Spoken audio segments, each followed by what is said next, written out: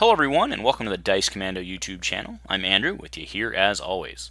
This is Go Again, a fabulous video cast covering the trading card game Flesh and Blood.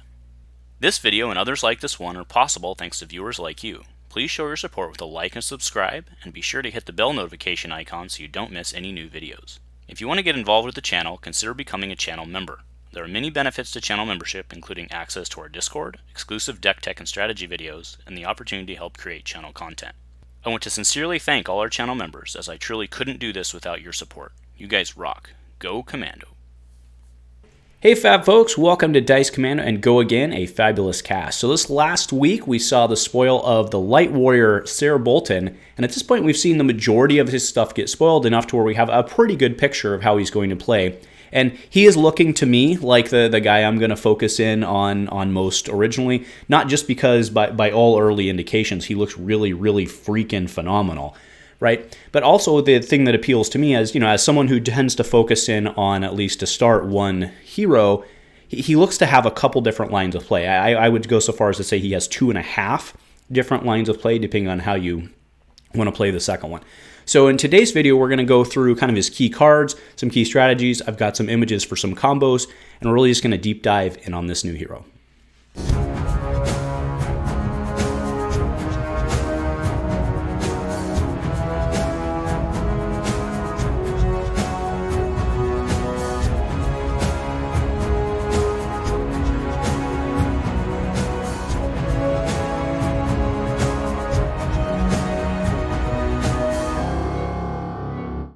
Hey folks, welcome back and thanks for joining me today. So breaking down Sir Boltyn, kind of doing a recap of what's available to him, some of his key strategies, and what I'm excited about.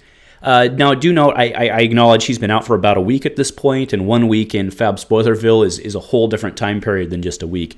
So I'm sure that you've seen other strategies out there, you've talked with your buddies, we've been talking about him quite a bit on the Discord. But I want to go ahead and just put everything in context, so let's back up and just look at Sir Boltyn himself, right?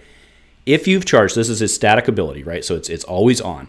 If you've charged this turn, if you've charged, attacks you control have +1 while defended by an attack action card, right? So he can automatically give them the +1 if they're defending with specifically an attack action card. Then he has attack reaction. Do note this is not once per turn. This is available to use as long as you have the fuel for it. Attack reaction, banish a card from Sir Boltyn's soul. Target attack with attack greater than its base gains Go Again. So again, that's always on, and his static, of course, can help feed that if they don't defend the right way, right? And that's assuming that you don't have any other effects that give pluses out there. So what is charging? Let's go ahead and look at this card here, Express Lightning. As an additional cost to play this, you may charge your hero soul, which means you put a card from your hand face up under your hero card into its soul. Now, just for a clarification, because it will become, I think, relevant as we have this discussion, the act of putting a card into your hero's soul is not considered to be charging, right? You specifically have to use charge as it's defined in game text in order to have it count as having charged, right? There are other effects, like if this attack hits, put it in your hero's soul. That, at least with our understanding now, that is not considered to be charging. You physically have to use the charge action, such as shown in Express Lightning. I shouldn't say charge action, sorry. The charge effect, as shown on Express Lightning, to actually consider having charged for this turn, right? So we can come back to a card like this later. I just wanted to make sure that it's completely understood what charging means. All right, so his first line of play. So we've seen, well, technically 3 weapons, but we've seen 2 different weapon types that we can use for Sir Boltyn, and these help to define his available lines of play. Now, the token weapons for him are the hatchets, right? This is the Hatchet Man, Hatchet of Body and Hatchet of Mind. So both of these are once per turn action, 1 attack, and they both have 2 base. And then whenever you attack with essentially the other hatchet, whenever you attack with the opposite hatchet, that hatchet gains +1 until the end of the turn, right? So the idea being swing the left hand, swing with the right hand, get stronger, and then if you can somehow swing with the left hand again, it's even stronger, and it's back and forth, right? So Hatchet of Body, Hatchet of Mind, these are his staple weapons, or I should say they're his token weapons, the ones that everybody's going to have available to them. He then has Raiden Duskbane. So this is his sword, and this one's really cool. This is what I think I'm probably most attracted to in terms of playstyle, just because it's more, I think it's more repeatable, it's more functional, but, you know, it doesn't have as big a combo wombo. So once per turn action, 0 attack, right? So you get a free attack, but this is 0. But if you've charged this turn, Raiden gains +3.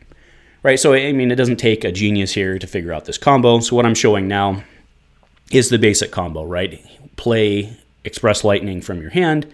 You do the optional there and charge the soul. It goes underneath of Sir Boltyn, and then you can use, if of course it's defended, or if you can somehow pump it another way, you can then use Sir Boltyn's attack reaction to give Express Lightning go again, which then lets you swing with Duskbane. And because Duskbane is +3, it also gets the +4 from Sir Boltyn, right? So it's these stacking attacks, and that's why I say it's very repeatable. Your opponent has to either choose to basically, well, intelligently block or not block Express Lightning, otherwise you get to swing again, right? So there's just a lot of options available in terms of how you can play this. It really puts a lot of pressure on your opponent to defend correctly, to think correctly, or to just take it. So very, very cool path there. Now, we also saw, this was from a pack opening the day before I'm shooting this. It's not officially spoiled yet, to my knowledge. This is Take Flight. As an additional cost to play Take Flight, you may charge your hero's soul.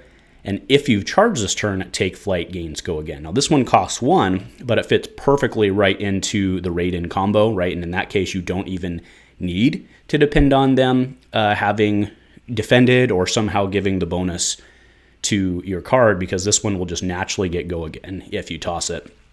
This is a perfect option for Duskbane, and of course this is a common, so there should be the different versions of it, right? You should see a 1 for 4, a 1 for 3, and a 1 for 2.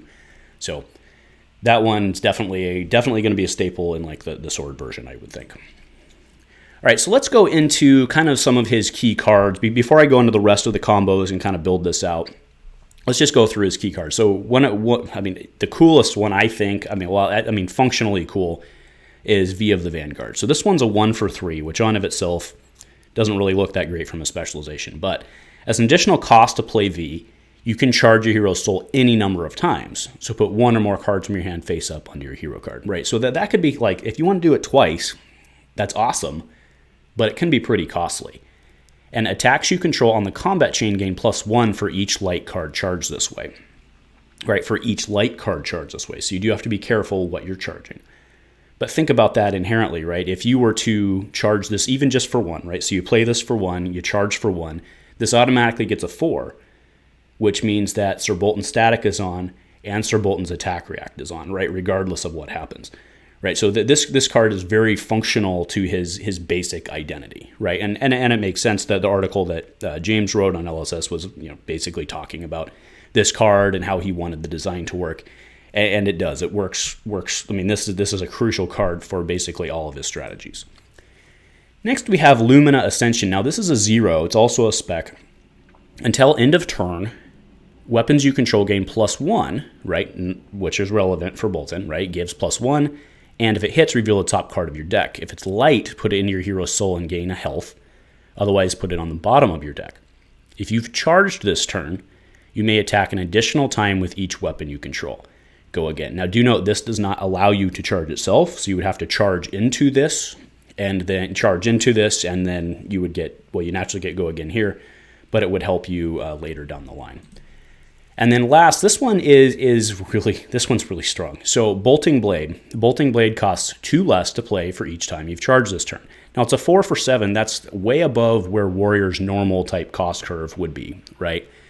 Or in terms of actual paying the cost is what I mean. But you get the -2 for each time you've charged this turn. Now at a basic level, most of his cards are going to allow him to charge for 1. So in most cases, aside from the fact that it does cost you the card from hand, in most cases this is going to be a 2 for 7, right? So you can naturally think, all right, let's say I won, let's go back. What was the name of that card again? That was Take Flight, right? So I take flight, I charge. So I pitch 3, I take flight, I have the 1 for 4 with natural go again, regardless of what happens there. But now I can Bolting Blade using my floating 2, and I'm swinging for 7, right? So you just swung 4, swung 7, and I mean it was a 4-card hand, or maybe one from Arsenal, right? It's a 4-card combo, but that's a 4 into a 7. That's pretty good, right? And that's just one of the basic ones, right? That's a pretty simple one. All right, and then the last card, so this one's actually, this is a warrior action, so this is not a light card, but it's axes you control gain +2 and dominate until end of turn, go again for 1, right? So it's kind of Spoils of War-y. All right, so what I'm showing up now is this is kind of the wombo combo from the axe side, right? So this is one of the, like I said, he's got a couple different ways to play him, and this is one of them. So the first card here, I've chosen to be Express Lightning. That's because that was available when I made this image. I think probably the better option would be Take Flight. You have to somehow come up with a few more resources in order to do this. But functionally, you can start with any one of the cards that let you charge. And you want to have Lumina Ascension in Arsenal, because that way if they don't defend your original card and it doesn't get the +1s, right, then you just resolve it, they take the damage, and you move on, and Lumina sits in your arsenal. But in the case that they do defend, you can start this whole nasty chain with Lumina Ascension, right? So let's just walk through it. Express Lightning, you can toss down, you charge, you have 2 cards sitting in your hero's soul, and then you go right into Lumina. Now Lumina will give all of your axes +1, and then you can just start swinging away. It also, remember, lets you attack again with them. So you just start with, it can be either one, but in this case we have Hatchet Man for 1, +1. Doesn't matter if it hits or not. It's already got the +1, so Sir Boltyn can give it the attack react, chucking a card from his soul to let it go again. You then can go with Body, which now gets a +1 from Lumina and a +1 from the previous Mind.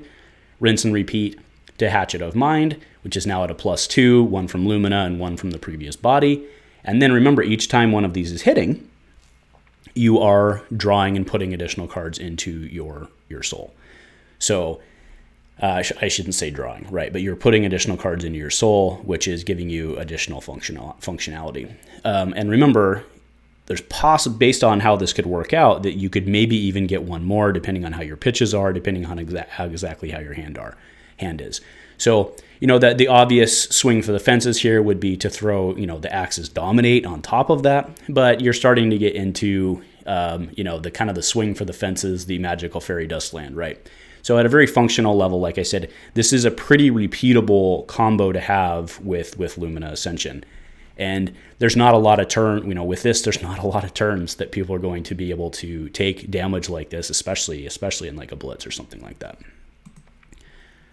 All right, so now walking into the Duskbane combo, and like I said, this is really more where in my head, it's more repeatable, and so you can start with something like, right, and look, this whole combo that we're looking at right now, it only costs 1, which means that if you had Tunic, you can just do this, right? So you start with V for the Vanguard, you charge 2, which will naturally give V for the Vanguard +2, as long as they're both light cards, of course. You can then Boltyn into Bolting Blade, which costs you 0 because you charge 2 off V, and that also has a +2. So you're swinging for 5. You're now swinging for 9. And then you, on top of that, have Duskbane, which means that it can swing for 5, right? Because remember, Vanguard gives you attacks you control on this combat chain, gain +1 for each light card charged this way. So you chuck 2 light cards into your soul, Bolting Blade swings for 0 at a +2, and Duskbane swings for 5 at a +3 and a +2, right? So you just swung for 5, 9, and 5, all for 1 resource. And yes, this is a 1, 2, 3, 4 card hand if you have Tunic. So pretty cool. Pretty cool there. All right, so with those big combos gone through, let's go ahead and hit just a couple more of his key cards that I like and I think are going to be really good. So Engulfing Light, I'm showing right now, it's got the typical, as an additional cost, you can charge it thing. But this one, if you've charged this turn, Engulfing Light gains, if it hits, put it into your hero's soul. This is another good candidate, I believe, for kind of starting off that Lumina Ascension chain, because you throw it down for 0, you charge, they're either going to, I think they're going to block this, because they don't want you to just put more stuff in your soul. Because remember, we've got that celestial FU in the A beatdown card, where if you have 3 cards in soul, you can just play that card, right? That's brutal as well. So I think most of the time they're going to block this. So I think that lets you start your chain. I mean, obviously they can, defend, react, and stuff and still stop it. But again, it's putting additional pressure on them to where they have to act. So that's why I like this card. I just think it's very functional. I could even see the argument for, probably you run like the 3-pitch in this one even, just because it helps you get cards in your soul. Right on your off turn, you just throw down the 3-pitch. Are they going to block the 1 to prevent you from charging your soul? Well, sorry, in this case, it's not charging. But, throw the blue pitch down and one other card for in your soul. And now all of a sudden you have 2 cards in your soul for use on future turns. I think this is a real functional card that's going to see a lot of play in Boltyn. We also have Bolt of Courage. I'm specifically showing the blue pitch here because I think this is another one of those cards that's really strong. It's got the typical charge thing, but if you've charged, Bolt of Courage gains. If this hits, draw a card. So you do this, again, this is a 0, so you do this plus 1 other card into your soul. And then if it hits, you can draw something that you can, probably arsenal. So I really like this card, like I said, specifically like the 2-pitch and the 3-pitch, because I don't know that they're going to spin the card to block it, or you can try to eke out something else. Let's not forget that Boltyn, being a light hero, of course, has access to generic light cards. Illuminate's a 0 for 4. If it hits, put it into your soul. Again, kind of functionally the same type of thing we were talking about. There's no additional cost for this. It's just if you're light, 0 for 4. That doesn't seem to suck. And if it hits, it charges a soul. So again, I think they try to act on this. We'll see, right? But again, it's just 0 for 4. Pretty good. We then have Rising Solar Tide, 1 for 5. That seems like a pretty good curve. Same type of thing. If it hits, go into your hero's soul. The 1 to 5, I think, is really hard for them to block, especially without an attack action card. So, maybe you can get the Boltyn trigger off of this as well. So his common equipment, Gallantry Cold, we've seen. This one, the reason I have this in here is because there's an argument to be made, and I'm not convinced whether it's the right answer or not, but there's an argument to be made that this is actually more functional in many situations than the Bracers is. So I know the Bracers are legendary, and now let's be very clear, the Bracers blocks for 2, right? It's part of the fridge, quote unquote. But for 1, destroy it. Your weapon attacks gain +1 this turn. Go again, right? So let's remember the Bracers gives +1, right? If a weapon's hit, it gives +1, and it costs 1. This one for 1 gives all your weapon attacks +1. So, like I said, if you're trying to do like the go wide, the multi-hatchet strategy, even in like a Cintauri Sabers, there's an argument to be made for using this one. So, I think this is one that, like, if you don't have the Bracers, like, I don't think that you're that sad to just use this. And yes, I get it. You have to destroy it. It's not repeatable. So I get it. There are definitely arguments to be made in either direction. But I think this card's pretty solid for what Warrior in general is trying to do, right? And remember, this is not a light Warrior equipment. This is a Warrior equipment. So it's usable by everybody. So I think this is a pretty cool card for being a common. And then, of course, that brings us to the last card of the day. This card is bonkers good, I think. Valiant Domino. At the beginning of your end phase, if you've attacked 2 or more times with weapons this turn, you may remove a -1 counter from the Dynamo. It has Battle Worn. Now, it only defends for 1, but so does the current Greaves. And, if you're going Hatchet or if you're going Kassai Sabers, I don't think there's a question that you play this one over the Greaves. I do think that Dorinthea has to make a harder choice there, but this card seems just phenomenal. And screw you, Ira. Screw you, Ira. So, yeah, that's pretty much the full rundown from Boltyn. So hopefully I've made kind of my thesis statement clear on how there's the different ways to play him. And the reason I said there's 2.5 ways to play him is because I think the Hatchet strategy is pretty clear, right? You're going to play your Spill Blood. You're going to try and go wide with it. right? You're going to keep pressure on, and then you're going to have those big turns where you go wide. I mean, I think that one's pretty clear. I don't think there's a ton of different ways to play the hatchets fundamentally than that. But the Duskbane / action strategy, I think there's a lot of different ways to go there, right? You can even go things like push the point, which get their natural pluses so that they can get Go again. You have really a lot of options on how you run it. Do you run primarily specializations? Do you go with the common type stuff and just try to go on the really good cost curve? Not that his specializations aren't good cost curve, but there's a lot of different options in how you build that. What I'm thinking is that primarily the better way to do it is to go probably like a heavy action package and just try to use Duskbane as basically like your cleanup, right? Because you can always, well, in most cases, you're going to be able to go again into the Duskbane. And remember, in almost every case where you're using Duskbane, it's going to swing for 4, right? Because of Boltyn static and the natural +3 on it. So there's a lot of really cool options here on Dusk on that strategy, and that's why I said there's 2.5. It's because yes, it's a Duskbane based strategy, but kind of how you approach that, whether you go specialization heavy, whether you just go multi-attack heavy, even stuff like Rabble and stuff like that, right? Keep in mind, oh, actually no, Rabble's a minus. I take that back. All right, but either way, let me know what you guys are excited about. I know that there was a competition going out there. Fab Foundry was hosting about like how high could you get the multi-attack with the Lumina and the hatchets, and that's a pretty cool thing. I mean, I'm sure people are going ridiculous there since it was kind of an ideal setup type thing. That the hatchets, I think, probably speak to more like the combo wombo people, and I think, the sword, for people like me who are value and consistency, I think probably you go with the sword. But either way, a lot of excitement around this guy. I think he's got a lot to bring to the table. Really, really cool hero. So let me know what you guys are thinking. Let me know what you guys are excited about. What am I missing in terms of these combos? I'm sure that on one of them I showed I probably missed a mass somewhere in terms of that. So make sure to point that out so we can get that correct. I do appreciate that stuff. So if nothing else, folks, thanks for joining me today. Remember, you can like, subscribe. If you haven't yet pre-ordered your, if obviously first edition, you guys know the situation there. If you haven't yet pre-ordered your second edition stuff that you're looking for, remember my LGS Gongai Games. That's where I get all my sealed product from. And my buddy over at Fab Foundry, of course, he was running that competition we already spoke of. But when you go over there to get singles, you use the link below. I actually get a small kickback from that, which helps me keep buying my Fab stuff as well. So thanks, guys, for checking in today. Make sure to like, subscribe. Let me know what you're thinking, what you're excited about. And if nothing else, folks, go Commando.